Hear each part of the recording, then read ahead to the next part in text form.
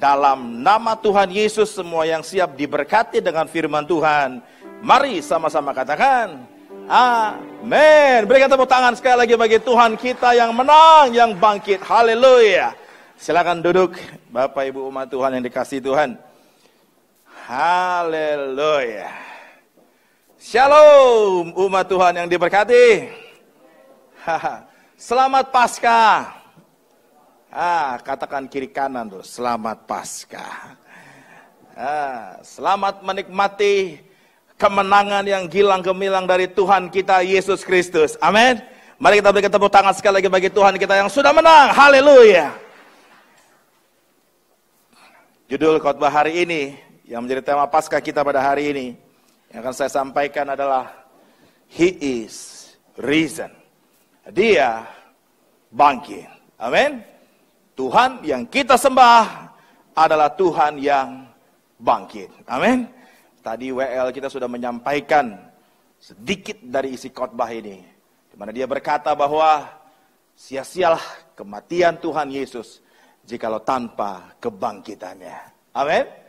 Nah, mari kita baca Bapak Ibu dari Lukas 24 ayatnya yang pertama, kita ikuti sama-sama. Tetapi pagi-pagi benar. Semua katakan pagi-pagi benar. Pagi-pagi benar ya.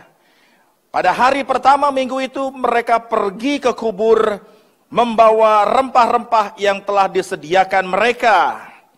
Mereka mendapati batu sudah terguling dari kubur itu. Sama-sama katakan batu sudah terguling. Katakan kiri kananmu, dalam hidupmu batumu sudah terguling. Haleluya. Luar biasa ayat yang ketiga. Dan setelah masuk, mereka tidak menemukan mayat Tuhan Yesus. Katakan mereka tidak menemukan. Mereka tidak menemukan mayat Tuhan Yesus. Berarti harapan mereka menemukan mayat Tuhan Yesus. Tetapi mereka kecewa karena mereka tidak menemukan mayat Tuhan Yesus. Sementara mereka berdiri termangu-mangu karena hal itu, tiba-tiba ada dua orang berdiri dekat mereka memakai pakaian yang berkilau-kilauan. Mereka sangat ketakutan dan menundukkan kepala. Tetapi kedua orang itu berkata kepada mereka, "Mengapa kamu mencari Dia yang hidup?" Sama-sama katakan Dia yang hidup. Yesus Tuhan kita hidup. Amin. Mengapa kamu mencari Dia yang hidup di antara orang mati? Ia tidak ada di sini. Ia telah bangkit. Sama-sama katakan Ia telah bangkit. Haleluya. Yesus bangkit. Ingatlah apa yang dikatakannya kepada kamu ketika Ia masih di Galilea, yaitu bahwa anak manusia harus diserahkan ke tangan orang-orang berdosa dan disalibkan dan akan bangkit pada hari yang ketiga. Maka teringatlah mereka akan perkataan Yesus itu.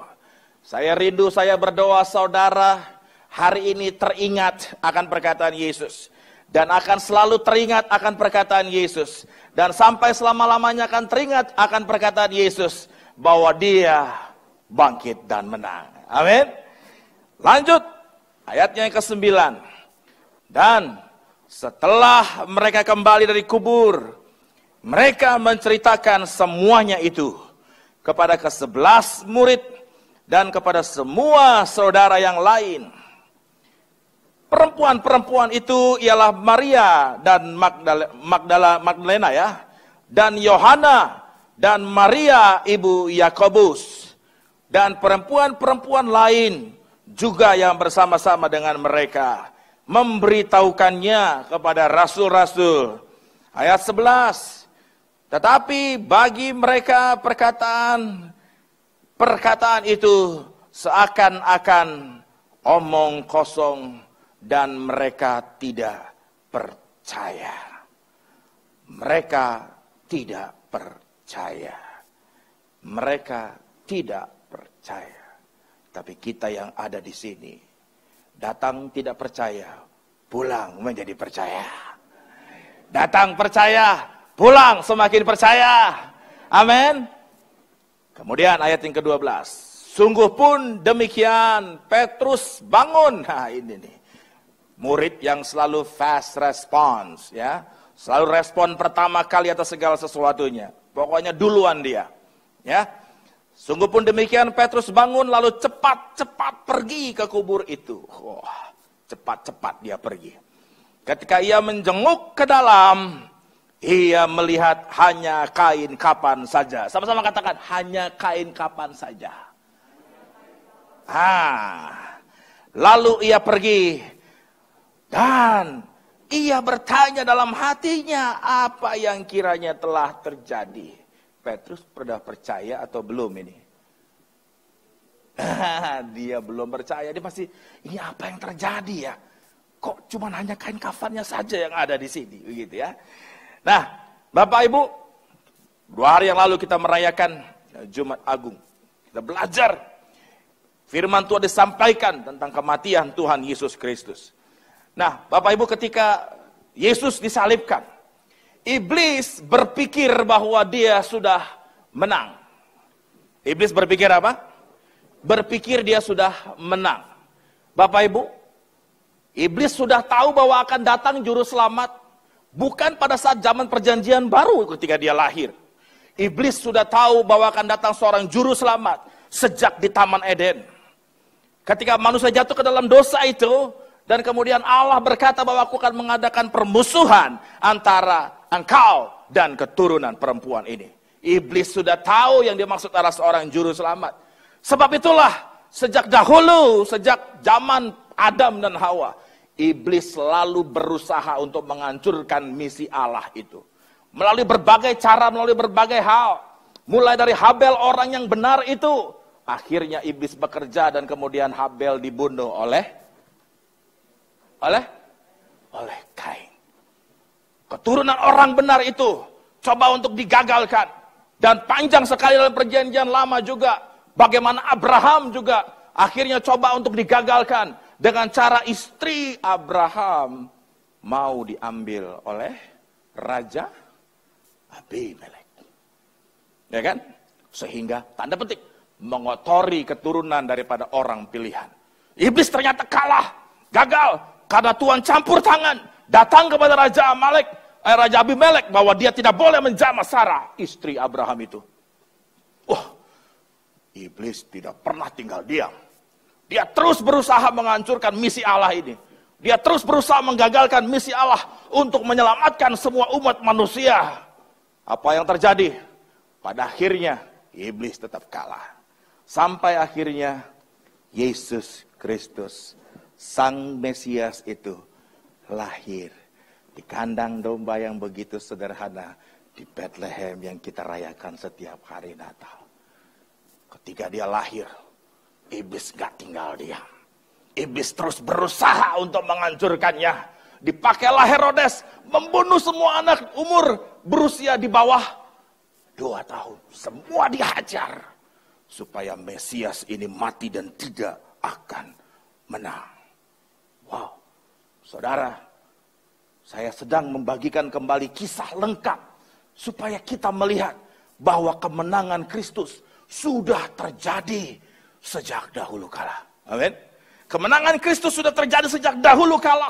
Dan kita akan melihat bahwa iblis selalu kalah dan akan selalu kalah. Amin. Kemudian apa yang terjadi? Iblis terus berusaha menghancurkan Yesus. Ketika Yesus berpuasa, apa yang dilakukan oleh iblis? Bahkan Allah, tanda petik, sepakat. Roh Kudus sendiri yang membawanya ke padang gurun. Dan kemudian dicobailah Yesus Kristus. Supaya apa? Supaya Yesus Kristus gagal menjadi Mesias. Supaya Yesus Kristus gagal menjadi juru selamat. Dicobailah Yesus Kristus. Dengan dikatakan bahwa jikalau engkau adalah anak Allah. Jikalau engkau anak Allah. Padahal dia memang anak Allah. Iblis coba mengaburkan hal itu. Kamu benar gak anak Allah? Coba jadikan batu ini jadi roti. Yesus menang atas pencobaan itu. Pencobaan kedua, pencobaan yang ketiga, Yesus Kristus menang. Apakah dia selesai? Tidak. Dia tidak selesai. Dia terus bekerja melalui ahli-ahli Taurat, ahli-ahli agama, orang Farisi, bahkan termasuk Yudas dipakai oleh dia. Dan kemudian Yesus ditangkap. Apakah selesai ketika Tuhan Yesus disalibkan? Apakah iblis berhenti ketika Yesus disalibkan? Tidak. Dia terus menghajar Yesus. Dia terus mencoba untuk menjatuhkan Yesus Kristus Tuhan kita itu. Dengan memakai orang ahli agama itu. Dengan berkata kepada Yesus Kristus yang disalib. Jikalau memang engkau Mesias, turunlah dari salib itu. Bukankah Yesus kita? Kalau kita punya kuasa, punya kemampuan yang sedemikian rupa, ditantang begitu. Enak aja. Memang saya nggak bisa? Bisa. Saya bisa turunin malaikat Tuhan, hajar kalian semua. Bisa. Tetapi iblis belum berhenti. Dia masih terus mencoba untuk menggagalkan Yesus sebagai Mesias itu. Turunkan dirimu, selamatkanlah dirimu, maka kami akan menyembahmu, katanya. Yakin akan menyembah kalau memang Tuhan Yesus turun dari salib itu. Bukankah dari sebelum-sebelumnya sudah banyak hal yang Tuhan Yesus lakukan, tapi mereka tetap tidak percaya dan tidak menyembah Tuhan Yesus. Tapi Tuhan Yesus tahu. Dia tahu panggilan hidupnya, dia tahu mengapa dia harus ada di muka bumi ini. Dan kemudian Tuhan Yesus menolak untuk mengikuti semua serangan pencobaan iblis itu. Dia tetap bertahan di atas kayu salib. Mengapa? Because I love you, kata Tuhan Yesus. Mengapa? Karena dia mengasihi saudara dan saya. Amin. Karena dia mengasihi kita semua. Dia memilih untuk taat kepada Bapa di atas kayu salib itu. Menderita penderitaan yang sedemikian rupa itu. Jadi kayu salib. Dia tidak turun. Walaupun dia mampu turun dan menghajar semua umat manusia itu. Tetapi dia memilih tetap ada di sana. Dan ketika Tuhan Yesus akhirnya tidak mau turun, iblis berpikir bahwa dia sudah menang. Ketika Tuhan Yesus tetap disalibkan dan mati. Tapi ternyata iblis tidak tahu. Di atas kayu salib itu Tuhan Yesus berkata, "It is finished." Sudah selesai. Dia tidak tahu bahwa ternyata dengan jalan salib itu adalah kemenangan dari Tuhan Yesus bagi kita semua. Dia tidak tahu bahwa itu justru cara Allah untuk menebus kita. Dia tidak tahu bahwa itu adalah jalan Tuhan untuk keselamatan saudara dan saya. Amin. Iblis tidak tahu. Dia pikir dia menang. Ternyata Tuhan berkata, "It is finished." Bapak, Ibu, saudara-saudara sekalian, ketika Tuhan berkata, "It is finished," sudah selesai. Setiap kita di dalam Kristus juga mengalami yang namanya "it is finished." Amin. Apa yang menjadi pergumulan, penderitaan, dosa, Tuhan katakan sudah selesai. Amin. Next. Dia tidak tahu bahwa justru dengan Tuhan Yesus disalibkan, darahnya itu tercurah. Dia tidak tahu, dia tidak sadar bahwa justru itulah yang mengalahkan dia. Wahyu 12 ayat 11 misalnya. Dan mereka mengalahkan dia oleh darah anak domba Allah. Amin. Kemenangan kita adalah kemenangan yang mutlak di dalam Yesus Kristus. Mengapa? Oleh darah anak domba Allah. Bukan oleh kepintaran kita, bukan oleh kecerdasan kita, bukan oleh pengetahuan kita, bukan oleh pengalaman kita. Dengar baik, iblis dikalahkan oleh darah anak domba. Yang mengerti bersyukur berikan tepuk tangan bagi Tuhan kita. Haleluya. It's a different day. Beda ya. Hari ini saya beda ya. Hari ini saya nggak ngajar, hari ini saya khotbah. Oleh kemenangan daripada darah Yesus Kristus menghancurkan segala kuasa iblis.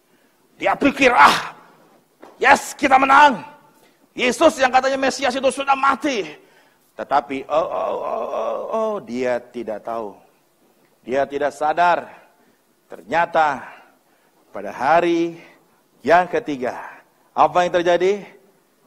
Yesus Kristus bangkit. Berikan tepuk tangan dulu bagi Tuhan kita yang sudah bangkit bagi kita. Haleluya.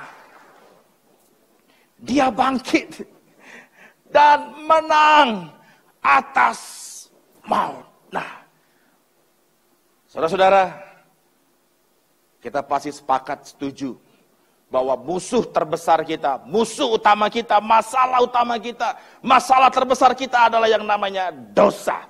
Mengapa? Karena upah dosa ialah maut. Dan tidak ada solusi apapun terhadap maut itu kecuali oleh Yesus Kristus. Tetapi Tuhan Yesus sendiri harus mengalami maut. Dia harus menang. Dia harus turun ke dalam kerajaan maut itu. Dan dia bangkit pada hari yang ketiga. Sehingga dia berkata, firman Tuhan berkata 1 Korintus 15 ayat 55. Hai maut, di manakah kemenanganmu? Hai upah dosa ialah maut. Hai maut, di manakah engkau? Di manakah engkau yang akan mencoba terus mencengkram umatku, kata Tuhan. Di manakah sengatmu? Hai maut, di manakah sengatmu? Dengar baik, upah dosa ialah maut dan tetap akan menjadi maut. Tetapi bagi setiap orang yang percaya kepada Yesus Kristus, kepada setiap orang yang percaya di dalam Yesus Kristus sebagai Tuhan dan Juru Selamatnya, Yesus Kristus sudah menang atas maut. Maka dengar baik, maut juga tidak berkuasa atas hidupmu. Amin. Berikan tepuk tangan bagi Tuhan kita. Saudara yang percaya bahwa Yesus Kristus Tuhan dan Juru Selamatmu, Dia sudah menang atas maut. Demikian saudara dan saya juga mengalami kemenangan atas maut itu. Amin. Roma 5 berkata bahwa oleh karena satu orang seluruh umat manusia berdosa. Oleh karena satu orang, oleh karena Adam, semuanya berdosa otomatis. Sampai hari ini, dan sampai entah berapa ribu tahun ke depan, kita tidak tahu. Semua yang akan lahir kemudian otomatis berdosa oleh karena satu orang. Tapi syukur kepada Tuhan, oleh karena satu orang juga, yaitu Yesus Kristus Tuhan. Setiap orang yang percaya kepadanya, pasti akan dibenarkan. Berikan tepuk tangan bagi Tuhan kita. Saudara dan saya dibenarkan karena Yesus Kristus. Amin. Saudara, saya rindu saudara menangkap pesan firman Tuhan hari ini. Ya, bukan karena saya gayanya agak berbeda hari ini, tapi lebih kepada pesan Tuhan yang kuat pada pagi hari ini. Amin. Dengar baik. Dosa adalah akar masalah segala sesuatu. Pak, dulu istri saya baik sama saya. Dulu suami saya penuh kasih sayang sama saya. Tapi tiba-tiba berubah. Simple. Dosa. Dulu istri saya taat sama saya. Dulu suami saya mengasihi saya. Tetapi tiba-tiba berubah. Sederhana. Dosa. Dulu suami saya jujur. Tapi sekarang saya selalu terkejut, Pak. Kenapa? Lihat sepatunya ada duit. Di kolong bangku mobilnya ternyata juga ada duit. Lihat di lipatan ikat pinggangnya, ternyata juga ada duit. Suami saya nggak bisa jujur lagi, Pak. Sederhana jawabannya. Dosa. Pak, saya sudah menjaga kesehatan saya, Pak. Olahraga, makan yang baik. Semuanya yang sehat yang saya lakukan, Pak. Tapi kok saya tetap terkena sakit penyakit, Pak. Sederhana jawabannya. Dosa. Amin. Begini, ketika di Taman Eden itu, ketika dosa mulai masuk dan menguasai manusia, disitulah mulai terjadi kerusakan. Tanpa dosa tidak ada kerusakan. Amin. Tapi karena dosa terjadilah kerusakan. Manusia tidak lagi hidup selama-lamanya. Dikatakan engkau akan mati. Karena dosa. Melahirkan seharusnya baik. Tapi karena dosa, engkau akan kesakitan. Bicara mengenai sakit penyakit. Masalahnya apa sakit penyakit? Dosa. Alam tidak lagi bersahabat dengan manusia. Kenapa? Karena dosa. Ketika manusia jatuh ke dalam dosa itu, Adam dan Hawa itu mencoba menutupi dirinya, mencoba menutupi ketelanjangannya. Dengan apa? Dengan menyamatkan daun-daun. Berarti dia harus potong ranting-ranting. Dan dia membalut dirinya dengan kulit binatang. Berarti dia harus membunuh binatang. Not friendly again with the nature. Tidak lagi bersahabat dengan manusia, dengan alam. Kenapa? Dosa. Kalau tidak ada dosa, maka tidak ada semuanya itu. Amin. Dosa adalah masalahnya. Ya. 1 Korintus 15 ayat 3. Sebab yang sangat penting telah aku sampaikan kepadamu, yaitu apa yang telah aku terima sendiri, ialah bahwa Kristus telah mati karena dosa-dosa kita. Amin. Jumat Agung ini sudah dikupas habis, saya tidak akan ulangi. Dengar baik, Kristus Yesus telah mati karena dosa-dosa kita. Dosa dibereskan. Amin. Tetapi dengar baik, tidak hanya dosa dibereskan, semua akibat masalah dosa juga dibereskan. Amin. Sakit penyakit karena dosa, karena ketidaktaatan. Ketidaktaatan adalah dosa. Dan semua berakibat buruk dalam hidup manusia. Tuhan memang menyelesaikan dosa. Tapi dengar baik, Tuhan juga menyelesaikan segala efek dosa. Amin. Yang mengerti sampai sini setuju berikan tepuk tangan dulu bagi Tuhan kita. Haleluya. Biar firman ini nyata dan hidup dalam setiap saudara. Dengar baik. Di dalam Kristus. Apa? Hanya di dalam Kristus. Dengar baik. Bukan di dalam gereja. Bukan di dalam Kristen.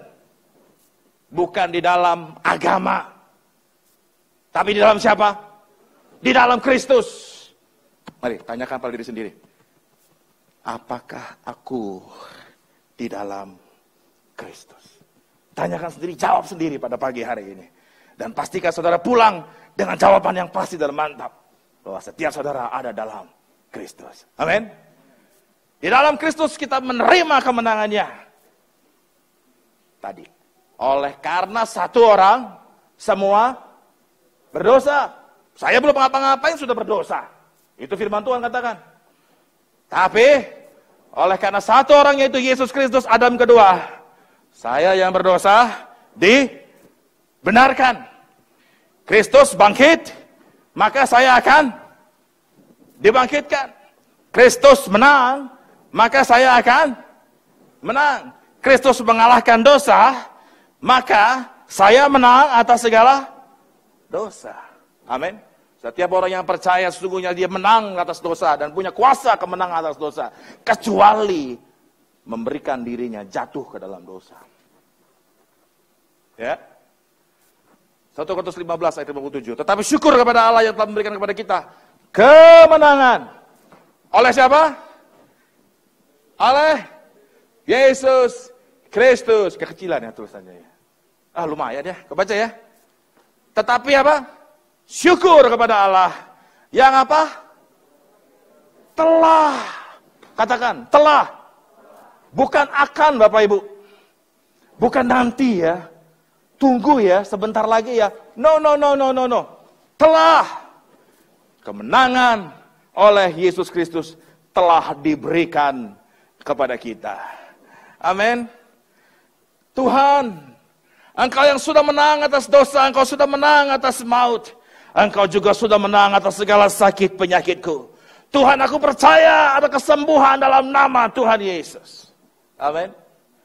Tuhan, Engkau yang sudah menang atas maut dan menang atas dosa. Engkau juga menang atas segala pergumulan, permasalahan kehidupanku. Tuhan, aku mau menang dalam rumah tanggaku. Aku mau menang dalam hubungan suami dan istri. Aku mau menang dalam hubungan dengan anak-anakku. Aku mau menang dengan hubunganku dalam para pelayan Tuhan. Aku mau menang hubunganku Tuhan dengan orang-orang di kantorku Tuhan. Aku mau menang dimanapun aku berada. Sebab Engkau Allah yang menang bagiku. Amin. Kita bukan orang yang kalah lagi. Katakan kiri kanan, kamu bukan orang yang kalah. Haleluya. Saudara, dengar baik. Hanya orang-orang yang mengerti akan kuasa kemenangan dan kebangkitan Kristus, maka hidupnya akan berkemenangan. Hanya orang-orang yang mengerti dan menyatakan iman ini, maka hidupnya yang dikatakan firman Tuhan bahkan menjadi pemenang, bahkan lebih daripada pemenang. Amin. Dengar baik firman Tuhan ini. Terakhir sepertinya. Filipi 3 ayat 10, dengar baik. Saya undang teman-teman dan mulai melodi yang lagu yang itu boleh. Dengar baik Filipi 3 ayat 10. Yang ku kehendaki, Paulus berkata, yang ku kehendaki. Dan saya berdoa itu juga menjadi kehendak saudara. Setiap saudara, dari depan ke belakang, samping kiri, samping kanan, semua tidak terkecuali. Biar ini juga menjadi kehendak saudara. Yang ku kehendaki ialah, yang pertama apa? Mengenal dia. Kemudian apa? Kuasa kebangkitannya. Apa? Kuasa kebangkitannya. Hanya orang-orang yang mengerti kuasa kebangkitan Allah, dia akan mengalami kemenangan. Dalam penderitaan dan persekutuan penderitaannya, di mana aku menjadi serupa dengan dia dalam kematiannya. Saudaraku, maaf, saya pakai kata bodoh.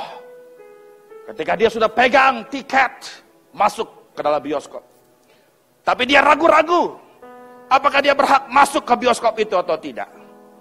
Dia takut akan diusir oleh penjaganya. Padahal dia sudah pegang tiket. Alamat bioskopnya benar, jamnya juga benar, sesinya benar, tapi dia takut masuk.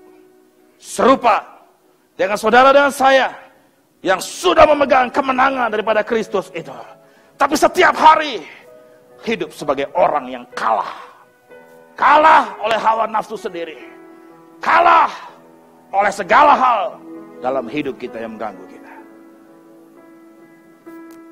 Tuhan mau saudara mengenal kuasa kebangkitan pada hari ini.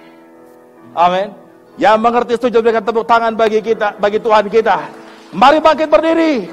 Kita naikkan, Kau Tuhan yang selamatkanku. Haleluya. Kau Tuhan yang selamatkan. Kuria takarabashi. Silia rabakarabahaba. Come on, sing it, sing. Nyanyikan pada Tuhan. Nyanyikan. Dan siapkan hatimu terima kemenangan yang sejati itu. Haleluya. Terima kasih